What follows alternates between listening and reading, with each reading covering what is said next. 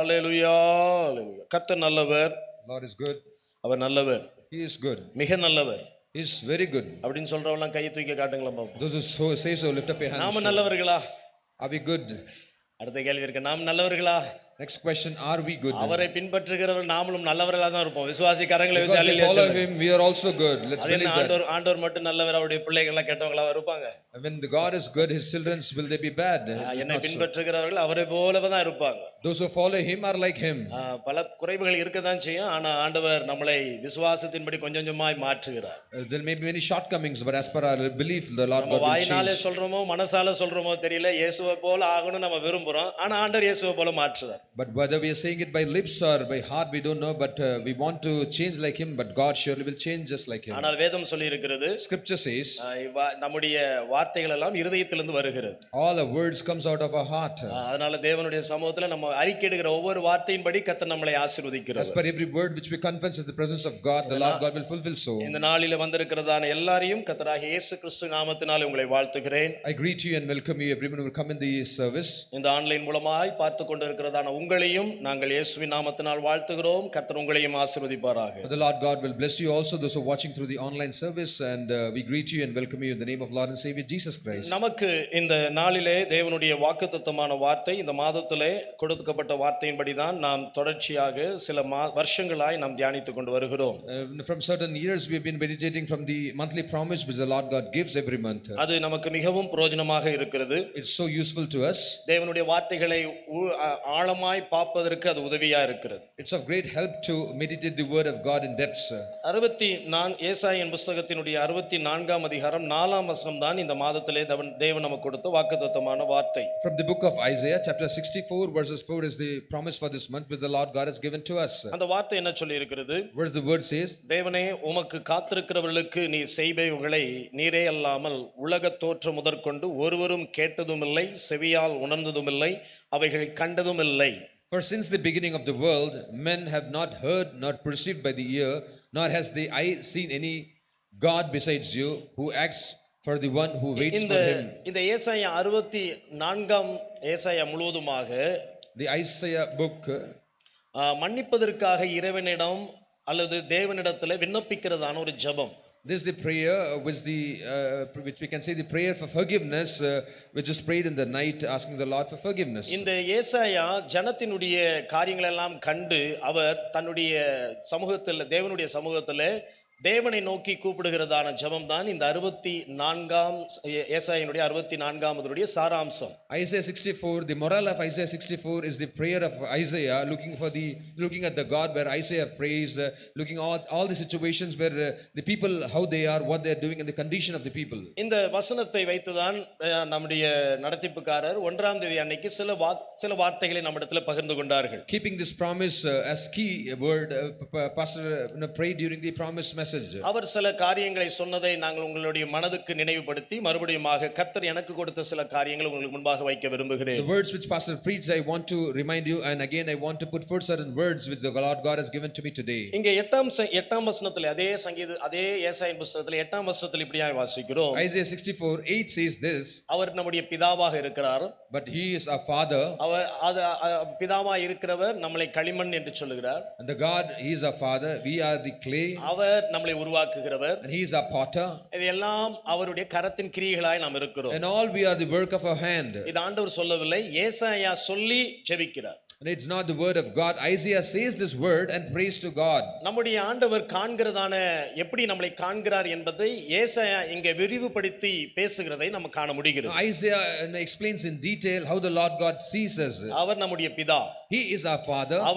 அவர் நம்மை களிமணை போல நம்மளை நினைக்கிறார். And he considers us like a clay. அந்த களிமணாகிய நம்மை அவர் உருவாக்குகிறவர். And we are clay, and the Lord God is our potter who forms us. உருவாக்குகிறவர் எப்படி உருவாக்குறார் என்று சொன்னால் ஏதோ ஒன்றை அவர் உருவாக்கவில்லை, அவருடைய கரத்தின் கிரியைகளாவே நம்மளை உருவாக்குகிறார். Because he is a potter, he forms us. It is not he forms in some way, he forms in a way, and we are the works of his hand. ஒரு பிள்ளையை நாம் பார்க்கும் பொழுது தகப்பனை போல தான் பிள்ளை இருப்பாங்க. When we see a child, the child clearly looks like the father. அதே போல தான் நம்மை அவர் உருவாக்கும் பொழுது, therefore when he forms us, அவருடைய கரத்தின் கிரியைகளால் நம்மளை உருவாக்குகிறார். he forms us as the works of his hand. அவருக்குள்ள இருக்கிற திவ்ய சுபாவத்தினால் நம்மளை உருவாக்கி இருக்கிறார். And he has formed us as as per the divine nature of the Lord. ஆதி மனுஷனை தம்முடைய சாயலின்படி தம்முடைய ரூபத்தின்படியே கர்த்தர் மனுஷனை உண்டாக்கினார். In the beginning, the Lord God created man in the image of God and form of God. ஆனால் அதுல சற்று கொஞ்சம் தவறிவிட்டான். But in that there was little mistake. ஆனாலும் தேவனே தமக்காக இறங்கி வந்து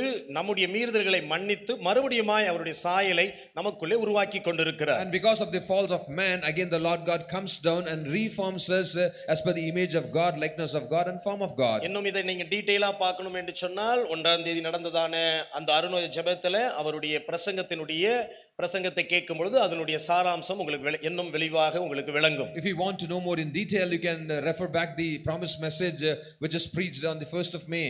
கர்த்தருடைய நாமம் மகிமைப்படட்டும். Glory be to the name of the Lord. இப்போ இன்றைக்கு நான் என்ன உங்கள் மத்தியிலே சொல்ல போகிறேன் என்று Now சொன்னால், today what is that I'm going to preach before you நான் is களிமண் தான், we are clay, நாம் அவரால் உருவாக்கப்படுகிறோம், we are formed by the potter, அவருடைய கரத்தின் கிரியை தான். we are the work of his hand. ஆனால் அது எப்படி நம்முடைய வாழ்க்கையிலே அவர் செயல்படுத்த விரும்புகிறார் என்பதை சில தேவ தாசர்கள் மூலமாக அவருடைய அனுபவத்திலிருந்து நாம் இதை கற்றுக்கொள்ள போகிறோம். But we are going to understand from the word of God by certain man of God in the scriptures how he is putting in these things in action in our life. அவருடைய செயல்கள் எல்லாம் மிக மிக மிக பெரியவைகளாக இருக்கிறது. And his works are it's great and really great. ஏனென்றால் அவருக்கு காத்திருக்கிறதான அந்த செயல்கள் என்பது யாரும் கேட்டிராததான காரியங்கள். Because those who the works of his hand, it is not, no one has heard it. அவருக்கு காத்திருக்கிறவர்களுக்கு அவர் செய்கிற காரியத்தை உலக தோற்றத்துக்கு முன்பதாக ஒருவரும் கேட்டதில்லை. For since in the beginning of the world the work which he has done, those who wait for him, no one has heard it. அவர் இரண்டாவது அவர்கள் செவிகளால் உணர்ந்தது கூட கிடையாது. Nor they have perceived by their ear. அவைகளை கண்டதும் இல்லை என்று அவர் சொல்லுகிறார். Nor eyes has seen, it says. ஏன் அப்படி அவர் சொல்லுகிறார்? Why he says so? 139ஆம் சங்கீதம் 19ஆம் வசனத்தில் நீங்கள் வாசிக்கும் பொழுது, Psalms 131, 31ஆம் சங்கீதம் 19ஆம் வசனம், Psalms 31 verses 19, when you அதில் read, என்ன நம்ம வாசிக்கிறோம்? what we read there, 31ஆம் சங்கீதத்தினுடைய 19ஆம் வசனத்திலே உமக்கு பயந்தவர்களுக்கும் அப்படினு சொல்லப்பட்டிருக்கிறது. it says those who fear you. ரெண்டு காரியம் அந்த இடத்துல சொல்லப்பட்டிருக்கிறது. Two things is said there. ஒன்று உமக்கு பயந்தவர்களுக்கும், One, it says those who fear you. இரண்டாவது Second, மனுபுத்திரருக்கு முன்பாக உம்மை நம்புகிறவர்களுக்கும் என்று சொல்லப்பட்டிருக்கிறது. second, in the presence of the sons of men in whom you trust. நீர் உண்டு பண்ணி வைத்திருக்கிற உம்முடைய நன்மை எவ்வளவு பெரியதா இருக்கிறது. Which you have prepared those who trust in you, the presence of the sons of man. It says how great is your goodness. ஆண்டவர் இங்க ரெண்டு காரியத்தை குறித்து சொல்லுகிறார். The Lord God speaks two things here. ஒன்று பயந்தவர்களுக்கும், One, those who fear him. இரண்டாவது Second, மனுபுத்திரருக்கு முன்பாக. before the sons of men. அப்படினா என்ன? மற்றவர்களுக்கு முன்பாக. It means in the presence of men, before the people. நம்முடைய குடும்பத்தார்களுக்கு முன்பாக. Before a family. நம்முடைய வேலைஸ்தலத்திற்கு இருக்கிறதான இடங்களுக்கு முன்பாக. In the presence of a workplace. நம்முடைய வாழ்கிறதான இடத்திற்கு இருக்கிறதான தேவ ஜனத்திற்கு முன்பாக. The place where we live, in the presence of them. நமக்கு ஒரு நம்பிக்கை இருக்கிறது. Now we have a trust. நம்மை காண்கிறவர்கள் எல்லாரும் நம்மை பார்த்து ஒன்று சொல்லுகிறார்கள். Those who look at us, they say, இவர்கள் கர்த்தரை நம்புகிறவர்கள். they trust in the Lord God. இவர்கள் கர்த்தரை நம்புகிறவர்கள். They trust in the Lord God. அந்த நம்பிக்கை எதன் மேல் இருக்கிறது என்பதை தான் இன்றைக்கு நாம பார்க்க போகிறோம். Today we are going to see where is our trust, or upon whom is our trust. தாவீது இதை பற்றி என்ன சொல்லுகிறார்? What David says here. 130ஆம் சங்கீதத்தினுடைய 5ஆம் வசனத்தில் வாசிக்கும் பொழுது, Psalms 130 verses 5, when you read, நான் கர்த்தருக்கு காத்திருக்கிறேன் என்று அவர் சொல்லுகிறார். he says, I wait for the Lord. என் ஆத்துமா காத்திருக்கிறது. My soul waits. அவருடைய வார்த்தையை நம்பி இருக்கிறேன் என்று சொல்லுகிறார். In his word I do hope, he says. போன சங்கீதத்தினுடைய வசனத்தில் என்ன பார்த்தீங்க? What is the previous Psalms what we read now? நீங்கள் 31ஆம் சங்கீதத்தினுடைய 19ஆம் வசனத்தில் என்ன பார்த்தீங்க? What you read in Psalms 31:19. மனுபுத்திரருக்கு முன்பாக உம்மை நம்பி இருக்கிறவர்கள் என்று சொல்லப்பட்டிருக்கு. It says those who trust in you in the presence of the sons of men. நான் கர்த்தரை நம்புகிறவன்.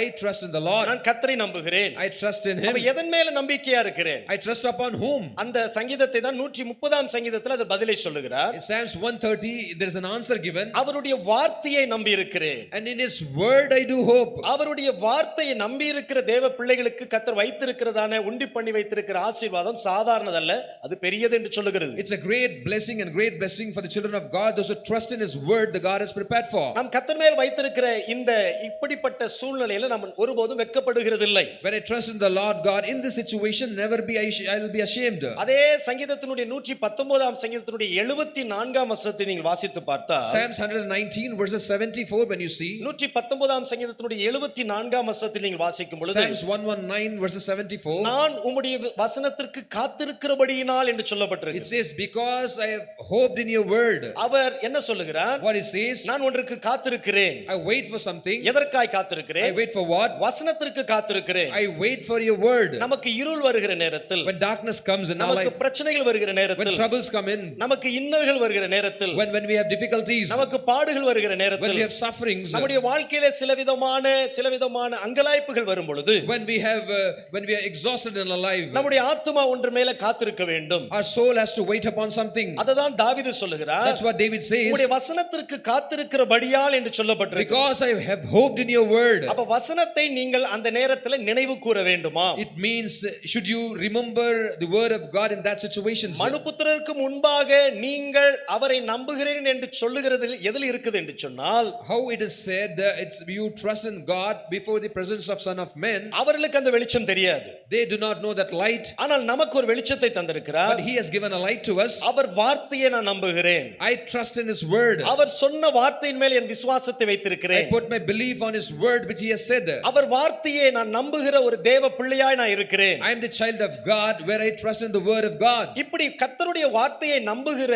ஒரு ஆசீர்வாதத்தை வேதத்தில் இருந்து பழைய ஏற்பாட்டில் ஒரு காரியத்தையும் புதிய ஏற்பாட்டினுடைய காரியத்திலும் ஒன்றை உங்களுக்கு விளக்கமாய் வைக்க விரும்புகிறேன். Let me explain in new detail two things, one from the Old Testament, another one from the New Testament, on how people hope the word of God and move on. நாம் நம்பிக்கை வைக்கிற நம்பிக்கை ஒரு நாளும் விருதாகவே போகாது. Now the hope what we have never will go in vain. நாம் கர்த்தர் மேல் வைக்கிற நம்பிக்கை சாதாரணதல்ல, ஏனென்றால் அவருடைய வார்த்தை வல்லமையுள்ளதாக இருக்கிறது. Because we trust in the word of God, it's not ordinary. The word of God is so powerful. அவருடைய வார்த்தையின் மேல் நம்பிக்கை இருக்குன்னு சொன்னால் அவர் சொன்ன வார்த்தையில் தான் நாம் நம்பிக்கை வைத்திருக்கிறோம். We hope in His word. It means the word what He has said, we hope on it. அதனால தான் பக்தன்மார்கள் என்ன செய்கிறார்கள்? That's why godly people what they do. தங்களுக்கு வருகிறதான இன்னல்களான நேரத்தில் என்ன செய்கிறார்கள்? When the troublesome situations comes, அந்த சூழ்நிலைகளை அவர்கள் பார்ப்பதில்லை. they do not see the situations. அந்த சூழ்நிலைகளை ஜெயம் கொண்ட விதத்தை அவர்கள் அதிகமாக தியானிக்கிறார்கள். They meditate so much on these situations, how they prevailed. அதுதான் வேதமும் நமக்கு கற்றுக் கொடுக்கிறது. That's what also the scripture teaches us. இன்றைக்கு பழைய ஏற்பாட்டில் ஒரு காரியத்தை உங்களுக்கு முன்பாக வைக்க விரும்புகிறேன். Today let me put forth before you an incident happened in the Old Testament. யாத்திரான் புத்தகத்திற்கு நேராக திருப்பிக் கொள்ளுங்கள். Towards the book of Exodus. நம்முடைய ஆதியாகமத்தினுடைய அடுத்த பகுதி யாத்திராகின் புத்தகம். Exodus, which is next to Genesis. 17ஆம் அதிகாரத்திலிருந்து ஒரு சில காரியங்கள். From the chapter 17, certain things. யாத்திராகின் புத்தகம் 17ஆம் அதிகாரம் 1 8 வசனம் வரையில் உள்ளதான சில சம்பவத்தை உங்களுக்கு முன்பாக வைக்க Let me விரும்புகிறேன். put forth certain incident which has happened in the book of Exodus, chapter 17, from verses 1 to 8. இஸ்ரவேல் ஜனங்கள் எகிப்திலிருந்து மோசேயினால் வழிநடத்தப்பட்டு கொண்டு வருகிறார்கள். Now the Israelites were led by Moses from Egypt. இந்த எகிப்தினுடைய அடிமைத்தனத்திலிருந்து அவர்கள் விடுதலையாக்கப்படுகிறார்கள். Now they were set free from the bondage of Egypt. அவர்கள் செங்கடலை கடக்கிறார்கள். They crossed Red Sea. இப்ப செங்கடலை கடந்த பின்பு Now when they have crossed Red Sea, வனாந்திரத்தின் ஓரமாக அவர்கள் பாளையம் இறங்குறாங்க. they were encamped by the side of the wilderness. அந்த பாளையம் இறங்கிய இடத்துல The place where they encamped, அவர்களுக்கு அங்க குடிப்பதற்கு தண்ணீர் இல்லாத ஒரு சூழ்நிலை. now they had a situation where they had no water to drink. என்னன்னு சொன்னால் ஒருத்தருக்கு 2 பேருக்கல்ல, கிட்டத்தட்ட 6 லட்சம் புருஷர்களுக்கு அங்க தண்ணீர் இல்ல. Not 1 or 2 men, it was around 6 lakhs men where they had no water to drink. சராசரியாக ஒரு 24 லட்சம் பேர், இந்த நாளுடைய கணக்கின்படி 24 லட்சம் பேர் அந்த இடத்துல இருந்திருக்காங்க. Now today's calculation, when you see 2.4 million people were there. அப்ப அவர்களுக்கு அங்க தண்ணீர் இல்லவில்லை. Now they had no water. அப்ப இந்த ஜனங்கள் என்ன செய்கிறார்கள்? Now what the people did, மோசேக்கு முன்பாக வாதாடுகிறார்கள். now people they started to contend with Moses. அவர்களை பார்த்து முறுமுறுக்க ஆரம்பிக்கிறார். They started to murmur against Moses. அப்போ என்ன நடக்கிறது? Now what happened? 3ஆம் வசனத்தில் சொல்லி இருக்கிறது, Verses 3 says, ஜனங்கள் அவரிடத்தில் தண்ணீர் தவணமாய் இருந்தபடியினால் என்ற ஒரு வார்த்தை அந்த இடத்திலே சேர்க்கப்பட்டிருக்கிறது. no, it says there was no water there because they were thirsting. அதாவது People thirsted. தண்ணி இல்லாத ஒரு கொடுமை ஒன்று. One, the situation of not having water. அதை விட அடுத்த கொடுமை என்னன்னு சொன்னால் மிக தாகமாக இருக்குது. தண்ணீர் வேண்டும் என்ற தாகம். Another situation is the intense of the thirst. They were so thirsty, it was so intense. ஒரு திருவள்ளுவர் ஒரு விசுவாசி கடந்த நாட்கள்ல ஒரு காரியத்தை என்னிடத்துல பகிர்ந்து கொண்டார்கள். The believer from Tiruvallur, last days he shared certain things with me. அவர்கள் வாடகை வீட்டில தான் இருந்து கொண்டிருந்தார்கள். They were living in a rented house. அந்த வாடகை வீட்டில ஏதோ திடீரென்று ஒரு பிரச்சனை, தண்ணீர் வரவில்லை. The situation something, there was no water in the rented house. அப்ப அவர்கள் சொல்லுகிறார்கள், தண்ணி இல்லாத கொடுமையை நாங்க அனுபவிச்சோம் அப்படின்னு சொன்னாங்க. They said the terrible situation of not having water, we experienced it.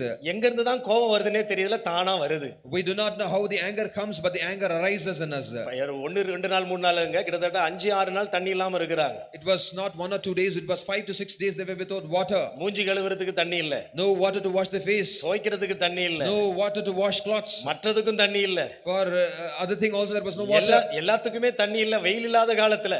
For everything water is essential, but it was not there during the summer season. AC இல்லாத வீட்டுல ஏசியாக பயன்படுத்துறது தண்ணி தான். It was in the place where there is no water. AC is used instead of water. AC வேணும்னா நல்ல உடம்புல கொஞ்சம் தண்ணி ஊத்திட்டு ஃபேன் காத்துல போய் நின்னீங்கன்னா ஏசி மாதிரி குளு குளு குளுன்னு இருக்கும். When you have no AC, you can put water on your body, you can go and stand in front of the fan, you can feel like air condition. அப்படி வேணா செக் பண்ணி பாருங்களேன். You can check it out. நல்லா சூடா இருக்கிற ரூம்ல கொஞ்சம் AC வேணும்னா தண்ணி மூஞ்சில நல்லா தெளிச்சிட்டு உடம்புல எல்லாம் கொஞ்சம் தண்ணி அப்படி கொஞ்சம் கழுத்துல எல்லாம் கொஞ்சம் ஊத்திட்டு அப்படி போய் ஃபேன் காத்துல போய் உட்காருங்களா, அப்படியே கொஞ்சம் சில்லு சில்லுன்னு இருக்கும். In the hot room, when you put water on your body, on your neck, you go stand under the fan, and you feel so cold. இந்த இஸ்ரவேல் ஜனங்கள் முறுமுறுக்க ஆரம்பிக்கிறார்கள். Now the Israelites started to murmur. ஒரு பக்கம் தாகம், one side thirst. தனிப்பட்ட அதாவது தாகம் மட்டுமல்ல, not only the thirst, தண்ணி அவசியமாக இருக்கிறது. water is so essential. அப்ப என்ன செய்கிறார்? Now what they do? இங்க எல்லாரும் ஜனங்கள் சொல்றாங்க, என்ன எகிப்தில இருந்து கொன்று போடுறதுக்காக நீ கொண்டு வந்தீரா என்று மோசேயின் இடத்திலே முறுமுறுக்க ஆரம்பிக்கிறார். Now they started to contend with Moses, why it is you that you brought us up to Egypt to kill us. இப்ப இந்த மோசேக்கு என்ன செய்யறதுன்னு தெரியல. Now Moses did not know what to do. ஒருத்தர் ரெண்டு பேராவது ஒரு 25 ரூபாய் கொடுத்து எதையாவது காசு கொடுத்து தண்ணி வாங்கி கொடுத்துறலாம். One or two men, you can give $25 and you can give them with water bottles. ஆனா இங்க இருக்குது கிட்டத்தட்ட 6 லட்சம் புருஷர்கள், எத்தனை பேருக்கு ஒரு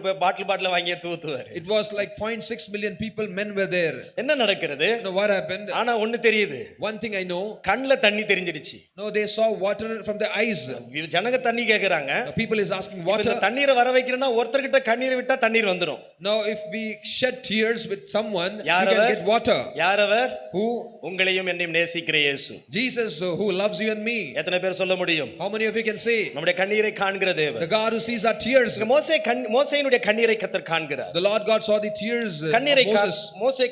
மோசேயினுடைய கண்ணீரை கண்டு, he saw the tears of Moses. 5ஆம் வசனமும் 6ஆம் வசனம் ரொம்ப முக்கியமானது. Verses 5 and 6 is very important. இங்க 5ஆம் வசனத்தில் ஆண்டவர் மோசேயினோட மறுமொழியாய் பேசுகிறார். Now the Lord said to Moses, we read there. என்ன நடக்கிறது? What is happening? இஸ்ரவேல் 5ஆம் வசனத்தில் வாசிக்கிறோம். Verses 5 we read. கர்த்தர் மோசேயை நோக்கி, and the Lord said to Moses, நீ இஸ்ரவேல் மூப்பர்களில் சிலரை உன்னோடு கூட்டிக் கொண்டு go on before the people and take with you some of the elders of Israel. யாரு? மொத்த பேரும் அங்க இருக்கிறவங்க எல்லாரும் முறுமுறுத்த கூட்டம். The entire group is a group of murmuring there. இப்ப அவங்களிலிருந்து சிலரை கூட்டிக் கொண்டு, no, he says, take with you some of the elders of Israel. நீ நதியை அடித்த உன் கோலை உன் கையிலால பிடித்துக்கொண்டு, also take in your hand your rod which you struck in the river. எந்த கோல் என்று சொன்னால், which rod? இந்த மோசே எகிப்து தேசத்திலே நைல் நதியை அடிக்கும் பொழுது உண்டானதான அந்த அதே கோல். It's the same rod which Moses used to strike the river Nile in Egypt. இல்லை என்று சொன்னால், ஆண்டவர் சீனாய் மலையிலே ஆண்டவர் அந்த கோலை போடும் பொழுது பாம்பாய் மருது பார்த்தீங்களா, அதே கோலை வைத்து நீ அதே கோலை கொண்டு போய் என்று சொல்லுகிறார். or else the same rod which he threw and it became a serpent in Mount Sinai. நீ அந்த கோலை பிடித்துக்கொண்டு, you take the rod, ஜனங்களுக்கு முன்பாக நடந்து போ. go before the people. என்ன சொல்றார்? what he says? சிலர் மூப்பர்களை தெரிந்துகொள். one, take with you some elders of Israel. கையிலே இருக்கிறதான கோலை பிடிச்சுக்கொண்டு, take in your hand your rod which you have struck in the river. ஜனங்களுக்கு முன்பாக நடந்து போ. go on before the people. 6ஆம் வசனத்திலே, அங்கே ஓரேபிலே நான் உனக்கு முன்பாக கன்மலையின் மேல் நிற்பேன். verses 6 the Lord God says, no, in the Mount Horeb, no, I will be there on the rock. அந்த கன்மலையில நான் நிற்கிறேன். I will stand before you there on the rock in Horeb. நீ அந்த கன்மலையை அடி. it says and you strike the rock. அப்பொழுது ஜனங்கள் குடிக்க அதிலிருந்து தண்ணீர் புறப்படும் என்றார். and he says and you shall strike the rock and water will come out of it and the people will drink. அப்படியே மோசே இஸ்ரவேல் மூப்பரின் கண்களுக்கு முன்பாக செய்தான். and Moses did so in the sight of the elders of Israel. என்ன சொல்லி ஆண்டவர் சொல்றாரோ அதன்படியே மோசே செய்கிறார். whatever the Lord God said to Moses, Moses very clearly did so.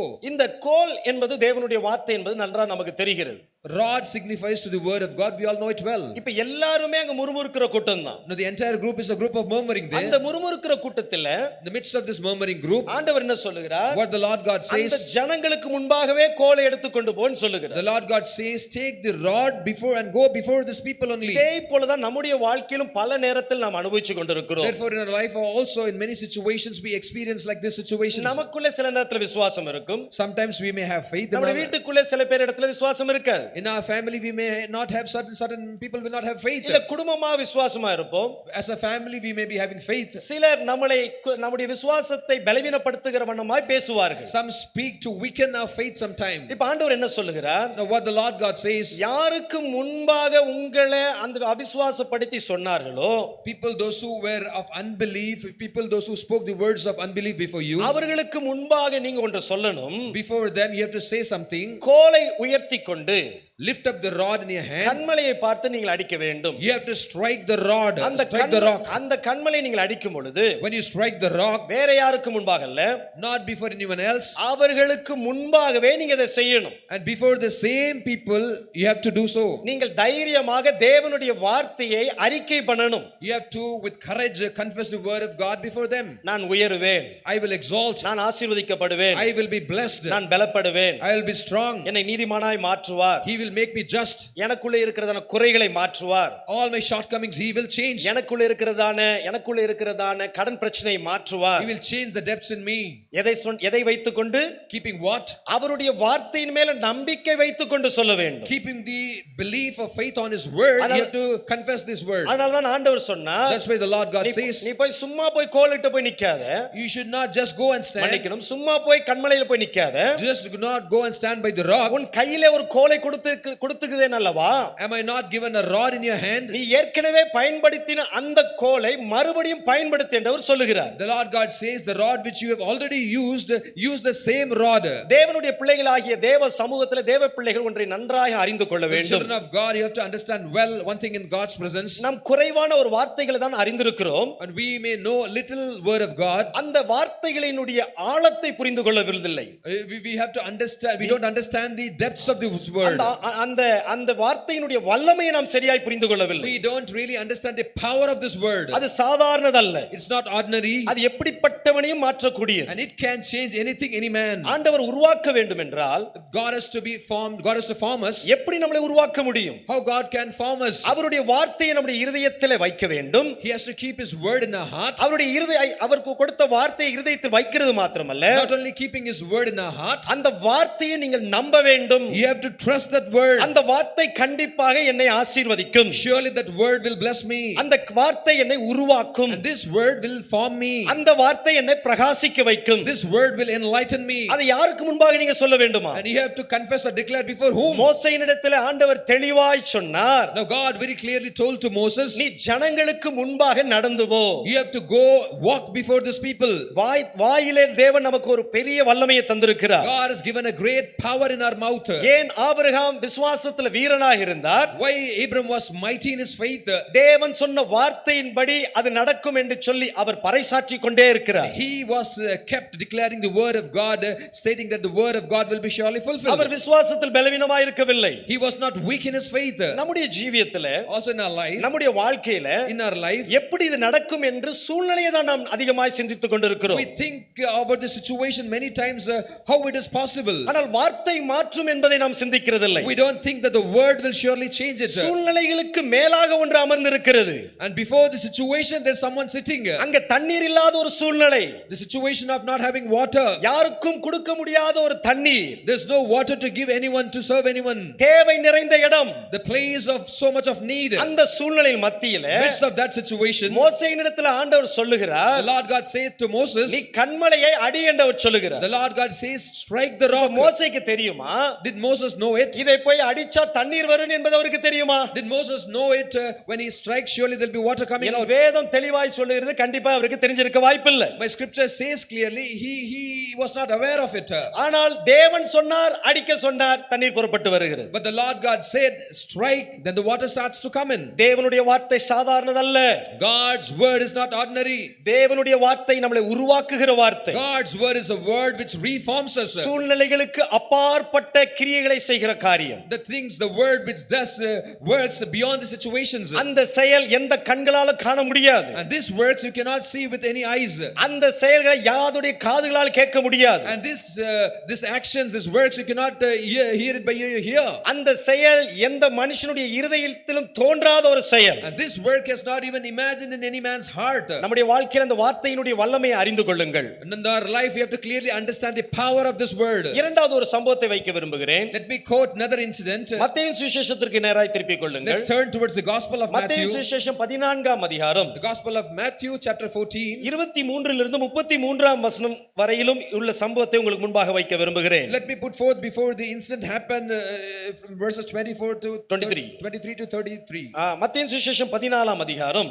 Matthew the Gospel chapter 14. 23 33ஆம் வசனம் வரை. From verses 23 to 33. இதில் என்ன காண்கிறோம்? What we see here. ஆண்டவராகிய இயேசு கிறிஸ்து தன்னுடைய ஊழியத்தின் பகுதியிலே செய்ததான ஒரு செயல். It's the work of Jesus Christ as part of his ministry. தம்முடைய ஜனங்களுக்கு கர்த்தர் தேவையான ஆகாரத்தை கொடுத்த பின்பு, After the Lord God gave food to his people, ஆண்டவர் அற்புதமான 5 அப்பங்களை வைத்து 2 மீன்களை கொடுத்து கர்த்தர் எல்லாருக்கும் சீஷர்களுக்கு எல்லாருக்கும் கர்த்தர் பகிர்ந்து கொடுக்கிறார். now Jesus feeded with 5 loaves of bread and 2 fishes with multitudes of people. அதற்கு பின்பதாக என்ன நடக்கிறது? What happened next?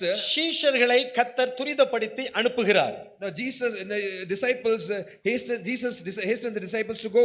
வசனத்தை பாருங்கள். Let's read the word. நீங்கள் 22ஆம் வசனத்தில் வாசிக்கிற போது, When we read verses 22, அவர்களை ஆண்டவர் என்ன செய்கிறார்?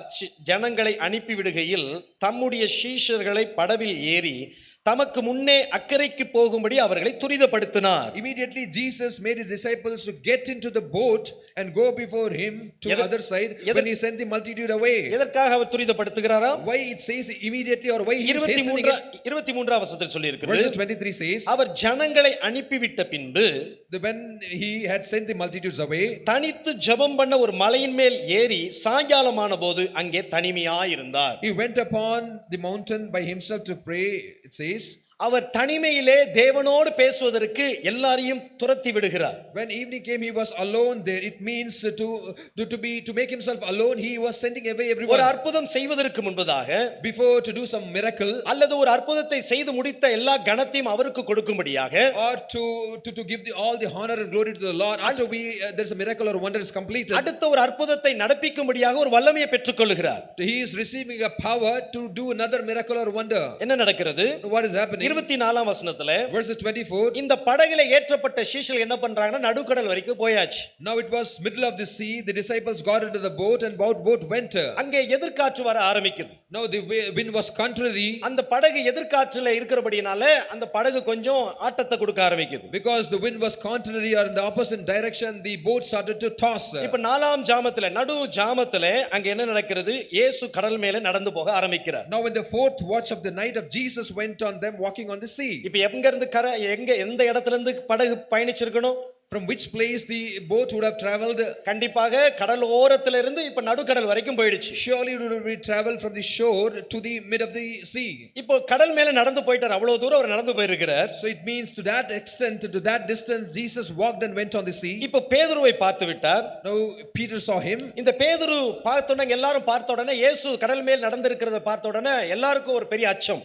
now everyone was afraid when they saw someone walking on the sea there. ஏனென்றால் ஆவேசம் ஆவிதான் ஏதோ ஒன்று நடக்குது என்று சொல்லி எல்லாரும் பார்த்து கலங்குகிறார்கள். now everyone was troubled saying that it is a ghost. அப்போ பயந்த நேரத்துல when they were all feared, உடனே இயேசு அவர்களை பேசுகிறார். immediately Jesus spoke to them saying, நமக்கும் பயம் வரும் பொழுது, sometimes when we are feared, இந்த பல்லி வரும்போது ஒரு பயம் வரும் பாத்தீங்களா? when we are feared, ஒரு பயம் வந்த உடனே ஆன்னு கத்துவோம். when there is a fear, we suddenly scream. அதே போல ஒரு பயம். similarly there's a fear. அலறான். they troubled, they அந்த அலற சத்தனை பாருங்க. ஆவியானவர் என்ன சொல்றாரு பாருங்க. see how the Holy Spirit writes here. உடனே இயேசு அவர்களோட பேசுறார். immediately Jesus spoke to them saying, நாம என்ன சொல்லுவோம்? what we say? என் சத்தம் அவருக்கு கேக்குதா? whether he is hearing my voice. என் கண்ணீர் அவருக்கு கேக்குதா? Will he see my tears? நான் படுகிற வியாகுலம் அவருக்கு தெரியுதா? The troubles is he seeing? நான் பயந்திருக்கிறேனே, கலங்கி இருக்கிறேனே, கேக்குறாரா? I'm troubled and I'm afraid whether he's seeing me. என் அருமையான தேவ பிள்ளைகளே, My beloved child of God. பயந்து கலங்கி கூப்பிடுகிற நேரத்துல உண்மையானவர் உடனே இறங்கி வருகிறார். When we are feared and troubled and we are crying, immediately the Lord God will come near to you. அவர் தூரம் இல்ல, He's not far. உடனே பேசுகிறார். Immediately he speaks. என்ன சொல்லுகிறார்? What he says? நான் தான், It's I.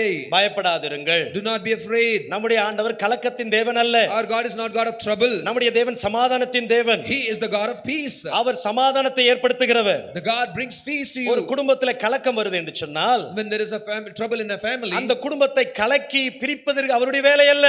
no, troubling the family and separating the family அந்த is not his job. அந்த குடும்பத்தில் ஒருவருக்கு இருக்கிறதான குறைபாடுகளை குறை பேசி பிரித்துடுவதற்காக அவர் பேச மாட்டார். And he will not speak the complaints or shortcomings of one another to separate the family. அவர் பேசினா என்ன செய்வார் என்றால், Do you know when he speaks? பயப்படாதிருங்கள், He say, do not be afraid. திடன் கொள்ளுங்கள், Be of good cheer. மன்னியுங்கள், Forgive. ஆசீர்வதியுங்கள், Bless. சமாதானமாய் இருங்கள். Be of peace. குடும்பத்தில் இருக்கிறதான ஒருவருக்கொருவர் இருக்கிறதான குறைபாடுகளை மன்னித்து வாழுங்கள் என்றுதான் என்ன இயேசு சொல்லுவார். My Jesus will say, forgive one another's shortcomings and then live together with peace. பெத்த பிள்ளையை இன்னைக்கு பெத்த பிள்ளைகளை அப்பா அம்மா கவனிக்கிறது இன்னைக்கு அவ்வளவு கஷ்டப்படுத்துறாங்க, அவ்வளவு கஷ்டமா இருக்கு. Now the children are so feeling difficult to take care of their parents. அவர்களுக்கு கொடுக்க வேண்டிய உணவுகளை கொடுப்பதற்கு அவ்வளவு கஷ்டப்படுறாங்க. It's so difficult for them to even feed their parents. அவங்களுக்கு கொடுக்கக்கூடிய உணவு என்ன 10 ரூபாய் நிறைய வாங்கி சாப்பிட்டு போறாங்க, என்ன மிஞ்சி போனா என்ன ஒரு 10 ரூபாய் கூட வராது. அந்த அன்பான கரிசனையை ஆண்டவர் இயேசு தர வேண்டும் என்று விரும்புகிறார். The Lord God Jesus Christ wants the children to show the care, the love to their parents, which is not even worth 10 rupees when you feed them. தகப்பனையும் தாயும் கனம் பண்ணுவாயாக என்று வேதம் சொல்லி இருக்கு. Scripture says, honor thy mother and father. ஆண்டவர் அந்த கனத்தை விரும்புகிறார். The Lord God expects and wants you to give that honor. பயந்து கலங்குகிற நேரத்தில் பேதுரு உடனே ஆண்டவர் அந்த இடத்திலே உடனே நான் அவர்களோடு பேசுகிறேன், நான் தான் என்று சொல்லுகிறார். Now when they were all afraid and troubled, he said, it is I, do not be afraid. உடனே என்ன கேக்குறான் பேதுருக்கு ஆசை. Now the Peter had a desire. What he says? இப்ப எங்க இருந்து ஆண்டவர் நடந்து போயிருக்கணும்? From where the Lord God would have walked on the water. இந்த கடற்கரையினுடைய ஓரத்திலிருந்து இப்ப நடுக்கடல் வரைக்கும் அவர் நடந்து போயிருக்கிறார். From this seaside, this seashore, he would have walked to the mid of the sea. இப்ப பேதுருக்கு ஆசை. Now Peter had a desire. ஆண்டவரே அவ்வளவு தூரம் நடந்து வந்தீங்களே, Oh Lord, you walked to that extent. நீரா இருந்தால் நானும் நடக்கணும். If you can walk, let me also walk. நம்ம ஒரு பாட்டு கூட பாடுவோமே. We also sing a song. இயேசுவே உம்மை போல ஆக வாஞ்சிக்கிறேன், வாய் தர நல்லா பாடுவோம். We open our mouth and sing a song. Oh Jesus, I desire to be like you. இப்ப பேதுருக்கு அதே ஆசைதான். Now the Peter also had the same desire. ஆண்டவரே நீ நடந்து போகிறீரே அதே போல நானும் நடக்கணும்னு ஆசைப்படுறார். Lord, as you walk in the water on the sea, I too want to walk like you. உடனே பேதுருக்கு ஆண்டவர் கட்டளையிடுகிறார். Immediately Lord God commanded Peter, பேதுருவே வா and அப்படினு he சொல்றார். said, come. 29வது வசனத்துல பாருங்க. Verses 29. உடனே பேதுரு என்ன செய்கிறான்? Immediately Peter தன் படகை விட்டு இறங்கி had come down out of the boat. இயேசுவினிடத்தில் போக அவன் தன் மேல் ஜலத்தின் மேல் நடக்க ஆரம்பிக்கிறான். He walked on the water to go to Jesus, it says. அப்படினா ஆண்டவர் எங்கேயோ கொஞ்சம் ஒரு குறிப்பிட்ட தூரத்துல இருக்கிறார். So it means Jesus is at a particular distance. ஏனென்றால் அவரை நெருங்கி போகிறான், நடந்து போகிறது இறங்கி படகுல இருந்து இறங்கி நடந்து போறாருன்னா அவர் ஏதோ ஒரு certain limit certain distanceல அவர் இருக்கிறார் என்று அர்த்தம். So when we read the scripture, he walked on the water to go to Jesus, it clearly understands that, gives a meaning that Jesus Christ is standing in a particular distance there. அப்போ கடந்து போகிற நேரத்துல When he was walking, ஒரு பலத்த காற்று அடிக்க ஆரம்பிக்குது. there was a great wind. அந்த பலமாய் இருக்கிற அந்த காற்றை கண்டு அவன் என்ன செய்கிறான்? Because of the wind was boisterous, பயப்பட ஆரம்பிக்கிறான். he was afraid. அந்த பயந்தவுடன் என்ன நடக்கிறது? Immediately when he was afraid, அமிழ்ந்து போக ஆரம்பிக்கிறான். he started to sink down. உடனே அவன் என்ன சொல்லுகிறான் பாருங்க. Immediately what he says, என்னை ரட்சியும் என்று கூப்பிட்டான். he cried saying, oh Lord, save me. என்னை ரட்சியும் என்று அவன் கூப்பிடுகிறான். He says, Lord, save me. பலத்த காற்று. இதுவரையிலும் அவருடைய கண் எப்படி இருந்துச்சு? Till now where his eyes was, அதாவது இயேசு நடந்து வந்ததை அவர் பார்த்தாரு. no, he saw Jesus walked on the water. இப்ப அதே போல நடக்கணும் என்று சொல்லி அவரும் கேட்டாரு, அவரும் உத்தரவு கொடுத்துட்டாரு. இப்ப நடந்து இறங்கி நடக்க ஆரம்பிச்சிட்டாரு. Peter had a wish to walk on, also Jesus accepted, he started to walk in the water now. இப்ப பலத்த காற்று அடிச்ச உடனே அவனுடைய மனது அவனுடைய கண் எல்லாம் இப்ப அந்த காத்து மேல போக ஆரம்பிச்சிருச்சு. Now since the wind was so boisterous, his eyes started to saw this great wind which was raising up and coming. இதுவரையிலும் இயேசுவை பார்த்திருந்த பேதுரு, Now this Peter until now who was watching over Jesus, இந்த பலத்த பலத்த காற்று அடித்த பின்பு when he saw the wind was boisterous, அவருடைய கண்கள் இயேசுவிலிருந்து எடுத்துவிட்டு he took his eyes from Jesus. அந்த காற்றை பார்க்க ஆரம்பித்து He விட்டார். started to see this great wind. அந்த காற்று என்ன செய்கிறது? What this great wind started to அவனை do? பயப்படுத்துகிறது. He started to scare him. நீங்கள் எதை காண்கிறீர்களோ அதனுடைய வீரியம் தான் உங்களுக்கு வருமே தவிர வேற ஒன்றும் வராது. Whatever you see, that same power will come upon you, nothing else will come upon you. இயேசுவை பார்த்தவனுக்கு, பேதுரு பார்த்தவனுக்கு அவன் தண்ணீர் மேலே அதிசயமாய் நடக்கிறான். When Peter saw Jesus, until he was watching over Jesus, he was clearly walking on the water. ஆனால் அதே பேதுரு, But the same Peter, அந்த சூழ்நிலையை பலத்த காற்று அடிக்கும்போது அவன் அமிழ்ந்து போக ஆரம்பிக்கிறான். when he saw the wind, the situation was different, immediately started to sink down. ஆனால் என்ன சொல்லுகிறான்? But what he says, கர்த்தாவே என்னை ரட்சியும். Lord save me. பாரு 31 வசனத்தில் தெளிவா சொல்லிருக்கு பாரு. Verses 31 clearly says, உடனே என்றுதான் ஆரம்பிக்கிறது. again it starts immediately. உடனே இயேசு கையை நீட்டி, Jesus stretched out his hand. இப்ப எவ்வளவு தூரத்துல இருந்தாருன்னு தெரியாது. We do not know to what distance Jesus was. அருகில் போனாரான்னு தெரியல. We do not know whether Jesus went near to him. ஆனால் இயேசு உடனே கையை நீட்டி அவனை தூக்கி எடுக்கிறார். Immediately Jesus stretched out his hand and caught him. அவனை சொல்லிட்டு என்ன சொல்லுகிறார்? Caught him and said to him, அற்ப விசுவாசியே, oh you of little faith, ஏன் சந்தேகப்பட்டாய்? why did you doubt? நீ என்ன நினைச்சு என்ன முதல்ல நீ நடைய ஆரம்பிச்ச? Thinking what you started to walk. நான் நடந்தது போல நீ நடக்க வேண்டும் என்று ஆசைப்பட்டு கேட்டாய். You had a wish to walk like me and you asked me. ஆனால் இப்போ என்ன செஞ்சிட்ட? But what did you do now? இந்த காத்தை பார்க்க ஆரம்பிச்சிட்ட. You saw the wind. இந்த காற்றை பார்த்ததனால, because you saw this wind, நீ பயப்பட ஆரம்பிச்ச. You started to fear. என் கண்ணு உன்னை விட்டு போனபடினால, because your eyes is taken upon from me, உன் கண்ணை என்ன மேல பார்த்துட்டு இருக்கிற வரைக்கும் உனக்கு பிரச்சனை இல்லாம இருந்துச்சு. until your eyes was watching and seeing over me, there you had no problem. இப்போ உன் கண்ணை சூழ்நிலையை பார்க்க ஆரம்பிச்சிடுச்சு. But now your eyes started to see the situations and troubles. இந்த பலத்த காற்றை பார்க்க ஆரம்பிச்சிடுச்சு. It started to see the great wind. அதனால உன்னுடைய வாழ்க்கையில் அற்புதங்கள் கண்டதை நீ காண முடியவில்லை. But until now you are seeing the miracle which you saw. Now because your eyes shifted, you are not able to see that. இன்னைக்கு நம்முடைய வாழ்க்கையிலும் இதே போல சூழ்நிலைகள் பல நேரங்களில் நாம் அனுபவிச்சு கொண்டிருக்கிறோம். Therefore in our life also many kinds of situations we face like this in our life. சூழ்நிலைகளை பற்றி பெரிதாய் பேசுவதற்கு अनेक உறவினர்கள் நம்முடைய அருகிலே அதிகமாய் இருந்து கொண்டிருக்கிறார்கள். There are many more relatives around us to exaggerate and talk about the situations. இது நடக்காது என்று சொல்வதற்கு 1000 பேர் அல்ல 10000 பேர் இருக்கிறார்கள். Not 1000, there are 10,000 people to say it is impossible. ஆனால் இது நடக்கும் என்று சொல்லி அந்த 10000 பேரை உருவாக்கின இயேசுவை பாருங்கள். Look at Jesus Christ who created and formed this 10,000 people. He says it is possible. அவர்களை சிருஷ்டித்தவர் ஆண்டவர்.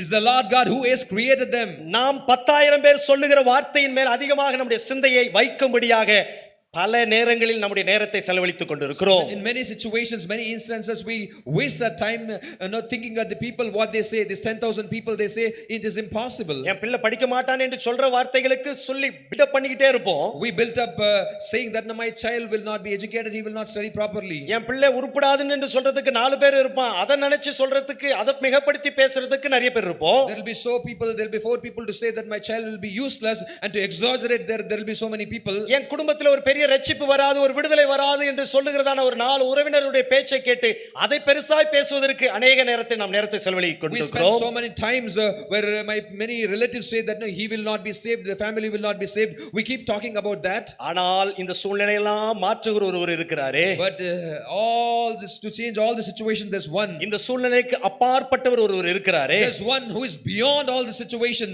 பேதுரு இயேசுவை கண்ட நேரம் வரையிலும் அவன் கடல் மேல் நடக்க ஆரம்பிக்கிறான். Until Peter's eyes were set upon Jesus, he was walking on the water. அவன் கண்ணை திருப்பி அவன் அந்த காற்றை பார்த்தபடியினால் அவனுடைய காரியம் முழுக ஆரம்பிக்கிறான். The moment Peter's eyes shifted from Jesus and started to see the situation, immediately Peter started to sink down in the water. நம்முடைய கண்களை எங்கே வைத்திருக்கிறோம்? Where do we set our eyes? நம்முடைய விசுவாசமான கண்களை எங்கே வைத்திருக்கிறோம்? Where do we set our eyes of faith? அவருடைய வார்த்தை சாதாரணதல்ல.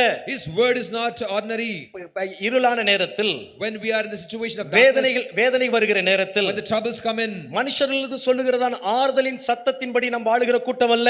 we are not the people who live our life life as per the word comfortable or words of comfort of men. தாவீதுடைய வாழ்க்கையில பாருங்கள், See in the life of David, அவன் வனாந்தரமான நாட்களிலே அவன் வாழ்ந்து கொண்டிருக்கும் பொழுது, when he was living in the days of in his wilderness, ஆடுகளை மேய்த்துக் கொண்டிருக்கும் பொழுது, when he was feeding the sheep, அவன் யாரோடு தன்னுடைய நேரத்தை செலவழித்தான்? with whom he spent his days and time, யாரோடு நேரத்தை செலவழித்து அவன் பாடல்களை ஏற்றினான்? with whom he spent his time and days and wrote the songs, psalms. அவன் அந்த நேரத்தை எப்படி உபயோகப்படுத்தினான்? How he used his time. அந்த வாலிப நாட்களில் அவன் தன்னுடைய நேரத்தை எப்படி உபயோகப்படுத்தினான்? In the days of his youth, how he used his time. அவன் காலத்துல யாரும் பாட்டு போடுற தாளந்துகள் எந்த விதமான காரியமும் இல்ல. In his days there was no one who had this talent of writing songs, writing psalms. ஆனால் அவனுக்கு அந்த தாளத்தை வைத்து கர்த்தருக்கு நல்ல ஒரு பாட்டை பாடுறான். God is my shepherd என்று அவன் பாடுகிறான். With this talent he started to sing a song, கர்த்தர் என் மேய்ப்பரா இருக்கிறார். யார் இருக்கிறார்களோ இல்லையோ அவர் எனக்கு இருக்கிறார். Who is there or not, but he is there for me. அந்த பலன்தான், That strength, அந்த தனிப்பட்ட விதத்திலே கர்த்தரோடு அதிகமாக இருந்தபடியினால், because he had a strength, he spent so much time with the God loneliness. அவனுடைய பின் நாட்களில் In his later days, கர்த்தர் அவனை உயர்த்தினதற்கு காரணம், it was the cause, it was the reason for the Lord God to exalt him in the later days. என் அருமையான தேவ பிள்ளைகளே, My beloved child of God, சூழ்நிலைகளுக்கு அப்பாற்பட்ட காரியத்தை கர்த்தர் நம்முடைய ஜீவிதத்தில் செய்யும்படியாக the Lord God to do the things beyond the situation in our life. கண்கள் காண முடியாது, Eyes cannot see, நம்முடைய காதுகள் கேட்க முடியாது, ears cannot hear. நம்முடைய இருதயத்திலும் தோன்றாத காரியத்தை செய்வேன் என்று அவர் சொல்லுகிறார். The Lord God says which is not, you cannot even imagine I will do in your life. இந்த ரெண்டு சம்பவத்தையும் கொஞ்சம் வீட்ல போய் யோசித்து பாருங்களேன். இப்போ நான் சொல்ற போது யோசித்து பாருங்க. The things, the two incidents which I have told you, imagine and think now in deep. Also go in your house and think that. அதுவும் தண்ணி தான், That was also water. இதுவும் தண்ணி தான். This is also water. இது குடிக்கிற தண்ணி, That is the water to drink. இது பயன்படுத்துகிற தண்ணி. This is the water to use. இப்போ இந்த தண்ணி, இந்த கடல் தண்ணி மேல நடக்கிறதுக்கு, And this water to walk upon. ரெண்டு செயலுமே அற்புதமான செயல். Both these works are works of miracle and wonder. இந்த யாத்ராகத்தில் சொல்லப்பட்ட மோசேயினால் செய்யப்பட்டதான அற்புதம் ஆச்சரியமான காரியம். Now the thing which has happened in the book of Exodus by Moses was a wonderful thing. ஒரு குடும்பத்துக்கு தண்ணீர் வரல. One family had no water. கிட்டத்தட்ட 6 லட்சம் புருஷர்கள் என்றால் 6 லட்சம் குடும்பத்திற்கு கர்த்தர் தண்ணீரை கொடுத்தார். 6 lakh men means a 6 lakhs family was having no water. The Lord God feeded them with water. எப்படி? How? தேவன் ஒன்றை சொன்னான், அதை செய்தான், அங்கே செழிப்பு உண்டாயிடுச்சு. When God said something, he did. There was enrichment there. இப்ப நீங்க என்ன செய்யணும்? Now what you have to do நாம என்ன now? செய்யணும்? What I have to do? What we have to do? வாக்குத்தத்தங்கள் வல்லமை உள்ளதா? Is the promise powerful? அந்த வாக்குத்தத்தத்தை யாருக்கு முன்பாய் சொல்ல வேண்டும்? Before whom we have to declare this promise? மனுபுத்திரர்களுக்கு முன்பாக. Before the sons of men. மனுபுத்திரருக்கு முன்பாக சொல்ல வேண்டும். You have to declare it before the sons of men. சூழ்நிலைகளை பார்த்து சொல்ல வேண்டும். You have to declare it before your situation. என் பிள்ளைகள் நல்ல ஞானத்தில் சிறந்திருப்பார்கள். My children will grow up in wisdom. என் பிள்ளைகள் உயர்ந்திருப்பார்கள். My children will be all exalted. என் கணவன் தேவ பயத்தில் வளருவார். My husband will grow in the fear of God. என் மனைவி வீட்டோரங்களில் கனிதரும் செடியாயிருப்பாள். My wife shall be a vine by the house of my house. என் பிள்ளைகள் ஒலிவமர கன்றுகளைப் போல இருப்பார்கள். My children shall be like the plant of olives. இதெல்லாம் இல்லாத சூழ்நிலையில், midst of this situation, there is no situation at இது all. எதுவுமே இல்லாத நேரத்தில், When this is not at all in their life, in your family, நான் நம்பி இருக்கிறேன். I still trust. என் வார்த்தையில் அல்ல, Not my word. அவருடைய வார்த்தையில் நம்பி இருக்கிறேன். I trust in his word. அது எனக்கு இது செய்வார். And he will do it to me. இதுதான் அவருடைய உருவாக்குறதான செயல். This is the work, his work to form us as a supporter. அவருடைய உருவாக்குகிற கரம், அவருடைய உருவாக்குறதுடைய கரத்தின் கிரியைகளாய் நாம் இருக்கிறோம். We are the works of his hand. ஆண்டவருடைய கரத்தில் இருக்கிற பிள்ளைகளாய் நாம், we children in the hands of the Lord. இந்த காரியத்தினுடைய ரகசியத்தை எப்படி அறிந்து கொள்றது? How shall we understand this secret, this mystery? கடைசியாக 1 கொரிந்தியர் புத்தகத்துக்கு நேரா திருப்பிக் கொள்ளுங்கள். Let's turn towards the book of 1 Corinthians. 1 கொரிந்தியர் புத்தகம் 2ஆம் அதிகாரத்தினுடைய வசனத்துல, chapter 2. 1 கொரிந்தியர் 2ஆம் அதிகாரம் 1 Corinthians chapter 2. 9ஆம் வசனத்தில் என்ன சொல்லப்பட்டிருக்கிறது? What is told in verses 9? தம்மில் அன்பு கூறுகிறவர்களுக்கு ஆயத்தம் பண்ணினவைகளை கண் காணவும் இல்லை, காது கேட்கவும் இல்லை, அவைகள் மனுஷனுடைய இருதயத்தில் தோன்றவும் இல்லை.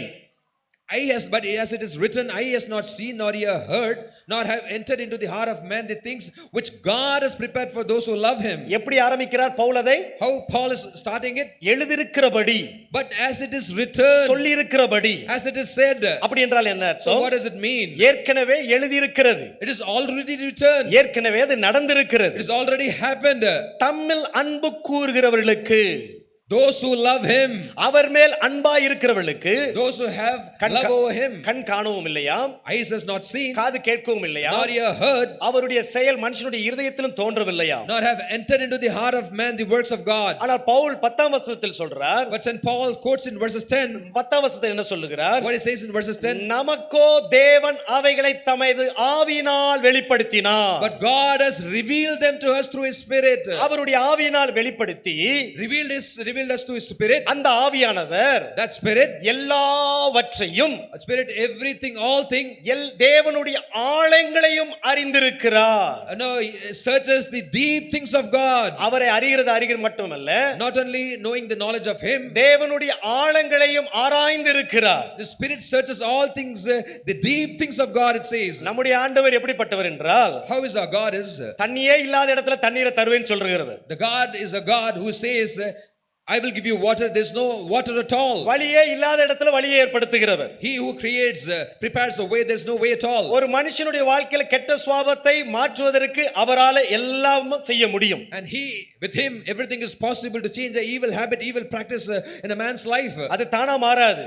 No, it will not be changing by itself. எதுவும் தானா மாறாது. Nothing will change by itself. நாம தானா மாறிரும் நினைக்கிறோம். We think that it will change by itself. எப்படி மாறும்? How will it change? அந்த ரகசியத்தை கர்த்தர் எங்களுக்கு வெளிப்படுத்தி இருக்கிறார். That mystery, that secret, the Lord God has revealed to us. அது ஆவியினாலே வெளிப்படுத்தி இருக்கிறார். And he has revealed to us by the Spirit. இன்னும் 11ஆம் வசனத்தை என்ன வாசிக்கிறோம்? What we read further, verses 11. 11ஆம் வசனத்தை நீங்க வாசிச்சு When பாத்தீங்கன்னா, you read verses 11, மனுஷனுள்ள ஆவியே அன்றி மனுஷனில் எவன் மனுஷனுக்குரியவனை அறிவான்? for what man knows the things of man except the spirit of man which is in him. இப்ப நான் உயிரோடு இருக்கிறதுனால இவர் என்ன யோசிக்கிறார் என்பதை நான் அறிந்து கொள்ள முடிகிறது. Because I'm alive, I can understand what he is actually thinking. அப்படி போல, like this, அதை போல, like this, தேவனுடைய ஆவி அன்றி even so no one knows the things of God ஒருவனும் தேவனுக்குரியவளை அறிய மாட்டான் except the Spirit of God. ஆண்டவருடைய அபிஷேகத்தின் நிறைவு என்ன செய்யும் என்றால், what is the fullness of the anointing of God will do? என் தேவன் எப்படிப்பட்ட வல்லமை உள்ளவர் என்பதை நீங்க அறிந்து கொள்ளலாம். And you can understand my God, how powerful he is, you can know. அவருடைய வல்லமை சாதாரணதல்ல. His power is not ordinary. அப்பத்தின் தண்ணீரையும் ஆசீர்வதித்து நம்மில் இருக்கிற வியாதியை விலக்குகிறவர். The God who blesses the bread and water and heals a disease. ஒரு கடனில்லாத வாழ்க்கையை அவர் செய்ய வைக்கிறவர். And he will give you a life without debts. ஒரு சமாதானமான வாழ்க்கை செய்ய வைக்கிறவர். He will make you to live a life of peace. Our ஐக்கியப்படுத்துகிறவர். And he who brings into fellowship. Our பலப்படுத்துகிறவர். He who strengthens us. Our சமாதானப்படுத்துகிறவர். He who makes us peace. அவர் மன்னிக்க வைக்கிறவர். And he who forgives us.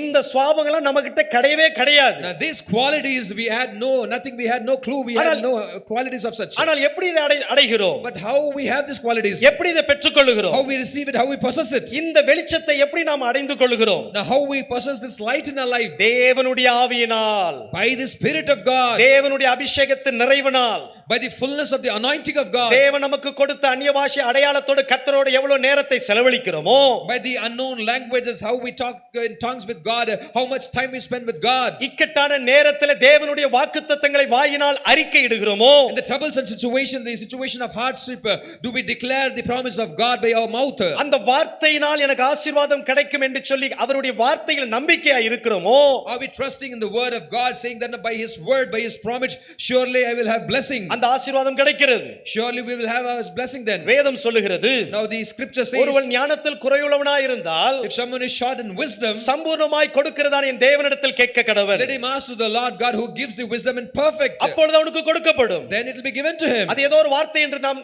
வாசித்து விடுகிறோம். just like a word, but just we read and move on. ஆனால் குறைவுபடுகிற நேரத்தில், but when we are short in wisdom, எனக்கு ஞானம் இல்லாத நேரத்தில், when I don't have wisdom, எனக்கு புத்தி இல்லாத நேரத்தில், when I don't have knowledge, என் முழங்கால்கள் அவரை நோக்கி பார்க்கிறதா? is my kneel when am I bowing down and kneeling down before him and seeking him? என் முழங்கால் அவரை நோக்கி எனக்கு ஞானத்தை தாரும் என்று கேட்கிறதா? is my kneel bowing down and asking him, oh Lord, give me wisdom? அதுதான் விசுவாசம். that is what is faith. அதுதான் மனுபுத்திரருக்கு முன்பாக நான் நம்பி இருக்கிறேன். யாரை நம்பி இருக்கிறேன்? என் கர்த்தர் சொன்ன வார்த்தையில் நான் நம்பி இருக்கிறேன். that is what the word of God says. No, I trust in the word of God before the presence of Son of Man. I believe in the word of God, the word of God which the God has said. எல்லா சூழ்நிலைகளையும் மாற்றுகிற தேவன். The God who changes all the situations. அந்த சூழ்நிலையை மாற்றுவதற்கு நாம் என்ன செய்ய To வேண்டும்? change the situation, what we have to do. அடுத்த 12ஆம் வசனத்தை வாசித்து பாருங்கள். Read verses 12 now. 1 கொரிந்தியர் 2ஆம் அதிகாரம் 12ஆம் வசனத்தில் வாசித்து 1 பாருங்கள். Corinthians 2:12. நாங்களோ உலகத்தின் ஆவியை பெறாமல் Now we have received not the spirit of the world, தேவனால் எங்களுக்கு அருளப்பட்டவைகளை அறியும்படிக்கு but the spirit whom from God, that we might know the things that have been freely given to us. ஒவ்வொரு வேர்டும் பிரீஷியஸான வேர்டுங்க அது. Every word is so precious. எனக்கு இத பேசிக்கொண்டு இருக்கும்போது ஆவியில நிறையணும்னு எனக்கு தோணிக்கிட்டே இருக்கு. Now when I speak this word, I want to be filled in spirit instantly now. நாங்கள் உலகத்தின் ஆவியை பெறவில்லை. Now we have received not the spirit of the world. தேவனால் எங்களுக்கு It says from God அருளப்பட்டவைகளை, the spirit which is given. எது? What?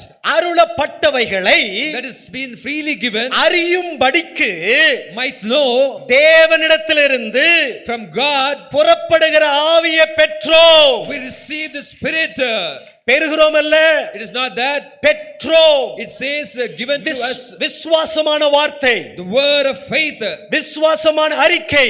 the word of declaration. Pavul சொல்லுகிறார், St. Paul says, முன்பு ஒரு மலையில இருந்தேன், before I was on a mountain, முன்பு ஒரு பாரம்பரியத்துக்குள் நான் இருந்தேன், I was into a tradition before, ஆனால் இப்போது நான் கிறிஸ்து என்கிற மலையில இருக்கிறேன். but now I am on a mountain called Christ. கன்மலையாகிய கிறிஸ்து மேல இருக்கிறேன். I am on the rock called Christ. மனுஷர்கள் எது உங்களால செய்ய முடியாது என்று சொல்லுகிறார்களோ, Man, what they say, it is impossible by you. அவர்களுக்கு முன்பாக கர்த்தர் உன்னை காண்பிக்க விரும்புகிறார். And before them, the Lord God wants you to show them that. நம்முடைய சாமர்த்தியம் அல்ல, Not a talent, நம்முடைய ஞானம் அல்ல, not a wisdom, நம்முடைய புத்தி அல்ல, not a knowledge, நமக்கு இருக்கிற ஞாபக சக்தி அல்ல, not our memory power. எனக்கு தேவனிடத்திலிருந்து வருகிற ஆவியினால் அது நடந்தே ஆகும். இதுதான் கர்த்தர் கொடுக்கிற வார்த்தை. This is the word of God by the Spirit of God which is given to me.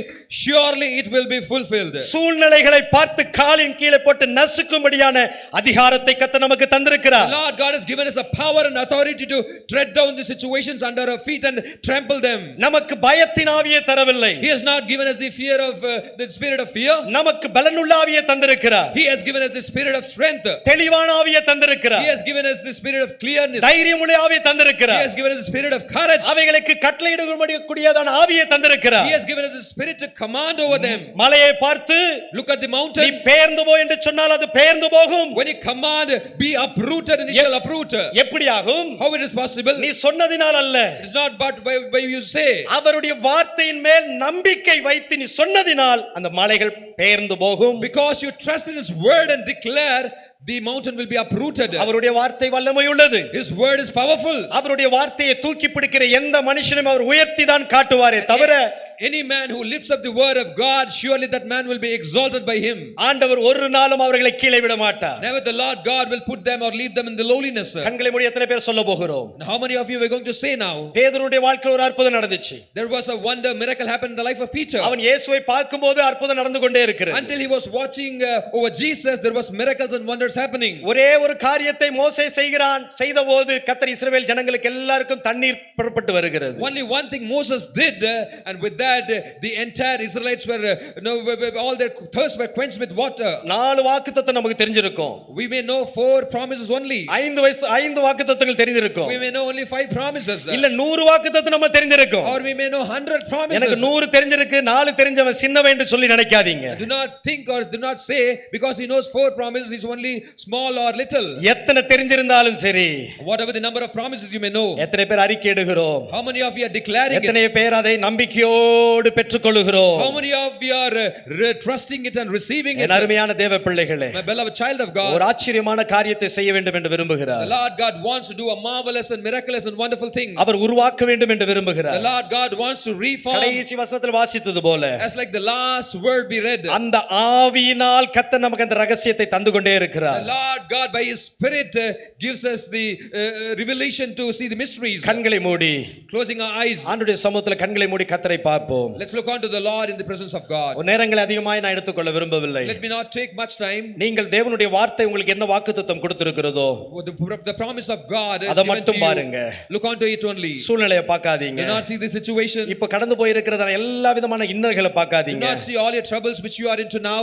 வியாதியை பெருசா பேசாதீங்க. Do not talk great about the disease. இருக்கிற பிரச்சனையை பெருசா Do பேசாதீங்க. not talk great about the problems what you face. சமாதான கேடுகளை பெருசா பேசாதீங்க. Do not talk great about the shortcomings of peace. மற்றவருடைய வாழ்க்கையில் இருக்கிற குறைகளை பற்றி பெருசா Do பேசாதீங்க. not talk great about the shortcomings in others' life. உருவாக்குகிறவரை பற்றி பேசுங்கள். Talk great about the God who forms you. அவர் பெரியவர். He is great. அவர் பெரியவர். He is great. அவர் பெரிய காரியங்களை செய்ய வல்லவர். He is mighty to do great things. எனக்கு மட்டுமல்ல, Not only to me, என் குடும்பத்துக்கு, also for my family. என் குடும்பத்துக்கு மட்டுமல்ல, Not only to my family, என்னுடைய உறவினர்களுக்கு, also to my relatives. என் உறவினர்களுக்கு மட்டுமல்ல, Not only to my relatives. நான் வாழ்கிற இடத்துல கர்த்தர் பெரிய காரியங்களை செய்ய வல்லவர். Lord God is mighty to do great things in the place where I live. இதை சொல்லும் பொழுது உங்களுடைய ஆவியிலே மகிழ்ந்து களி கூறுகிற தேவ பிள்ளைகளாய் இருப்பீர்கள். And you will be the children of God. You will rejoice and be glad in the spirit when you say this only. ஆண்டவர் உங்களை கொண்டு அநேக ஜனத்தை கர்த்தர் பக்கமாய் திருப்ப வேண்டும் என்று விரும்புகிறார். The Lord God wants many people to divert towards God through you. நீங்களோ உங்களை சிறியதாய் நினைத்துக் But கொண்டிருக்கிறீர்கள். you are counting yourself so lowly. நான் சின்னவன் என்று சொல்லுகிறீர்கள் You say, I am கொண்டிருக்கிறீர்கள். little.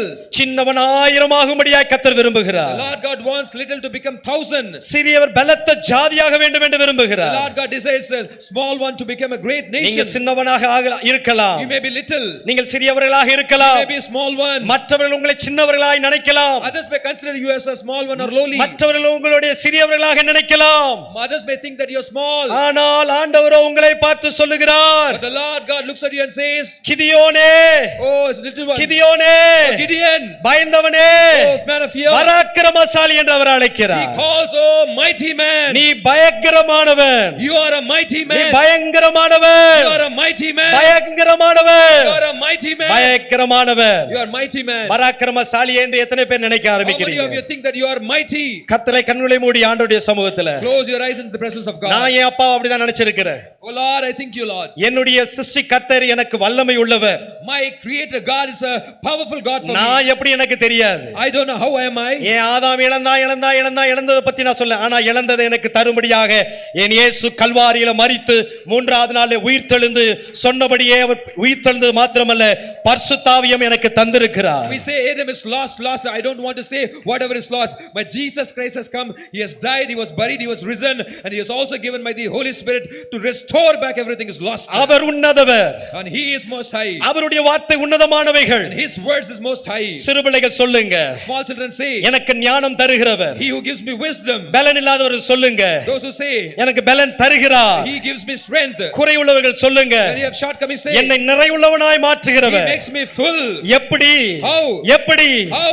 அவருடைய ஆவியை பெற்றிருக்கிறோம். We have received his spirit. நல்ல கண்களை மூடி Close your eyes well. ஒரு 2 நிமிஷம் 2 minutes ஆண்டவருடைய ஆவியினால நிரப்பப்படுவதற்கு to be filled with the spirit of God. கர்த்தர் உங்களை அபிஷேகிக்கும்படியாக Lord, for the Lord God to anoint you, ஒப்பு கொடுப்பதற்கு to submit. இன்னைக்கு விசேஷமான அபிஷேகத்தை நீங்க பெற்றுக்கொள்ள போகிறீங்க. Today you are going to receive a special anointing. விசேஷமான ஒரு வல்லமையை நீங்க பெற்றுக்கொள்ள Today you போகிறீங்க. are going to receive a special power. அந்த விசேஷத்தை பெற்றுக்கொள்வதற்கு To receive a special power and ஒரு anointing. கிரயத்தை கர்த்தர் உங்களிடத்தில் எதிர்பார்க்கிறார். Lord God expects a price from உங்களுடைய you. முழங்கால்களை அவர் எதிர்பார்க்கிறார். God expects you to kneel down. உங்களுடைய கைகளை அவர் எதிர்பார்க்கிறார். Lord God expects your hand to be உங்களுடைய stretched. சத்தத்தை அவர் God எதிர்பார்க்கிறார். expects your voice.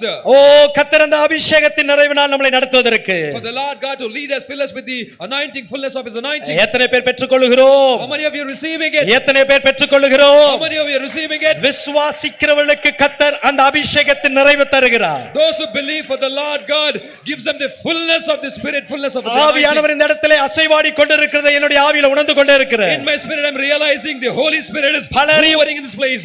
பலரையும் கர்த்தர் அக்கினியாய் மாற்றிக் கொண்டிருக்கிறார். Many the Lord God is making them as a fire. வருகிற நாட்களில் ஊழியர்களை எடுத்து கர்த்தர் வல்லமையாய் பயன்படுத்த போகிறார். Later days the Lord God who is going to use you mightily in the ministry. வருகிற நாட்களில் கர்த்தர் அநேகரை ஊழியத்திற்கு ஒப்பு கொடுக்க வேலையை செய்ய போகிறார். Future days many of you are going to submit for the ministry in a mighty way. சூழ்நிலையை பார்க்காதீங்க. Do not see the situation. உங்களுடைய முற்பிதாக்களை பார்க்காதீங்க. Do not look at your forefathers. ஓ மாம்சத்தோட இரத்தத்தோட ஆலோசனை பண்ணாதீங்க. Counsel with the blood and flesh.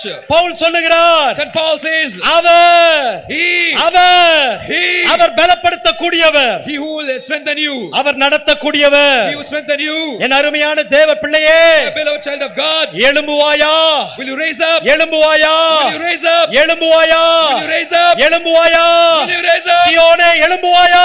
Where will you raise up? சூழ்நிலைகளை பார்க்கும்படியாக அல்ல, Seek the situation. பேதுருவை போல உன்னை கடல் மேல் நடக்க பண்ண விரும்புகிறார். He wants you to walk like Peter in the water. ஆச்சரியமான காரியத்தை செய்ய விரும்புகிறார். He wants to do marvelous things in your life. இது எல்லாருடைய கண்களுக்கும் ஆச்சரியமாயிற்று. It is so surprising to everyone's eyes. எப்படி? How? எப்படி? How? அவருடைய ஆவியினால், By His Spirit. அவருடைய ஆவியினால். By His Spirit. வெறுமையாகாது என் மகளே, My child, வெறுமையாகாது மகனே, my son, my daughter. நிச்சயமாக, Surely, நிச்சயமாக surely, தீர்க்க தரிசனமாய் சொல்லுகிறேன், as prophecy says, நிச்சயமாக, surely, ஓ எண்ணி பார்க்க முடியாத காரியத்தை செய்வேன் என்று the சொல்லுகிறார். Lord God says, uncountable things I will do in your life. உன் இருதயத்தில் தோன்றவில்லை, Those who open your heart, உன் இருதயத்தில் தோன்றவில்லை.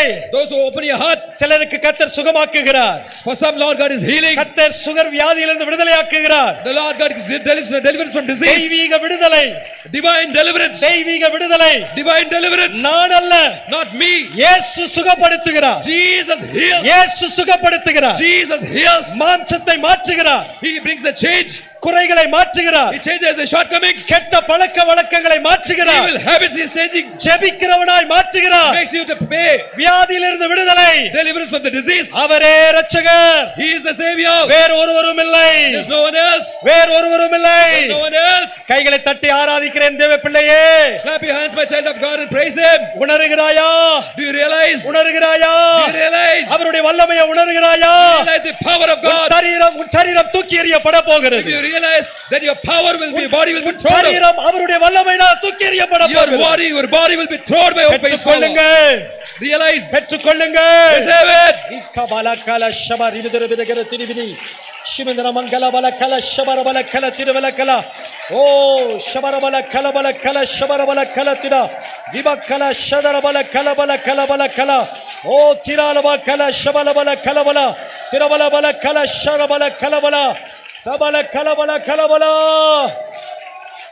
பரம அழைப்பின் பந்தய பொருளுக்காய் நான் லக்கை நோக்கி ஓடுகிறேன்.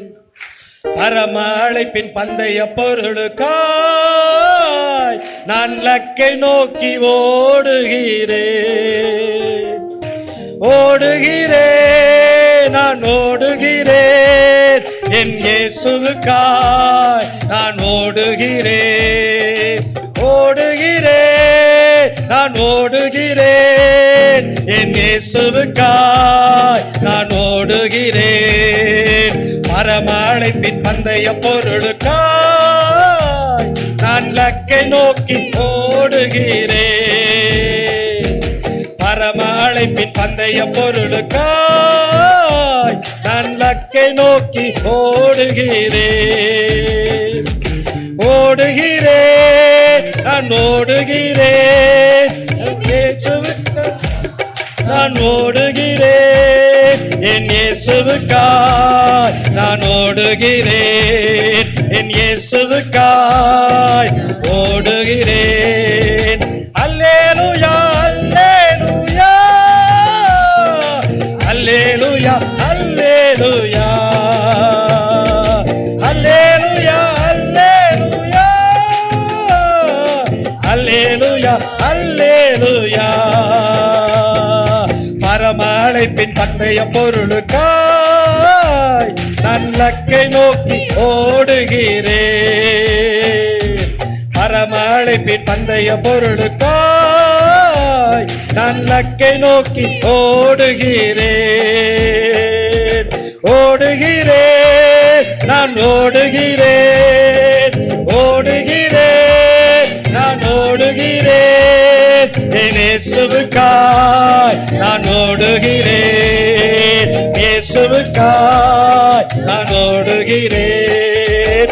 ஓடுகிறேன், நான் ஓடுகிறேன், ஓடுகிறேன், நான் ஓடுகிறேன், என் இயேசுவுக்காய் நான் ஓடுகிறேன். என் இயேசுவுக்காய் நான் ஓடுகிறேன்.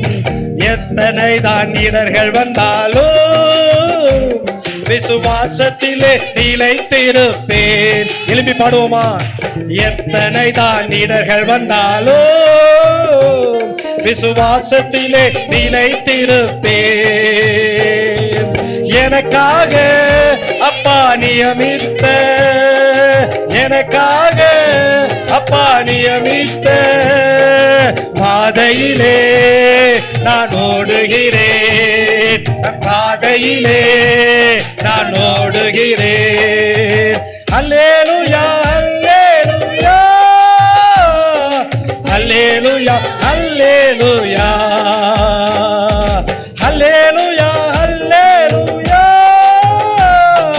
அல்லேலூயா அல்லேலூயா. லாபமான அனைத்தையுமே நான் நஷ்டம் என்று கருதுகிறேன். லாபமான அனைத்தையுமே நான் நஷ்டம் என்று கருதுகிறேன். இயேசு ராஜாவின் இந்த வேலைக்காக, இயேசு ராஜாவின் இந்த வேலைக்காக மகிழ்ச்சியுடன் நான் ஓடுகிறேன், மகிழ்ச்சியுடன் நான் ஓடுகிறேன், மகிழ்ச்சியுடன் நான் ஓடுகிறேன். பாதையிலே நான் ஓடுகிறேன், அவர் பொன்முகம் நான் பார்க்கணுமே. மகிழ்ச்சியுடன் நான் ஓடுகிறேன், மகிழ்ச்சியுடன் நான் ஓடுகிறேன், மகிழ்ச்சியுடன் நான் ஓடுகிறேன், மகிழ்ச்சியுடன் நான் ஓடுகிறேன், மகிழ்ச்சியுடன் நான் ஓடுகிறேன், மகிழ்ச்சியுடன் நான் ஓடுகிறேன், மகிழ்ச்சியுடன் நான் ஓடுகிறேன், மகிழ்ச்சியுடன் நான் ஓடுகிறேன், மகிழ்ச்சியுடன் நான் ஓடுகிறேன். நான் சந்தோஷமா ஓடுறேங்க, நான் சந்தோஷமா ஓடுறேன். எந்த கவலை எனக்கு இல்லை.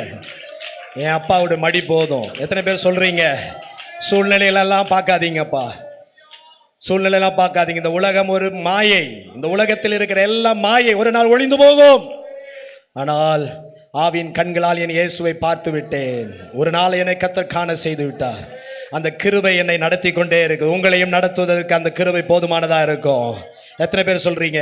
லாபமான அனைத்தையுமே நான் நஷ்டம் என்று கருதுகிறேன்,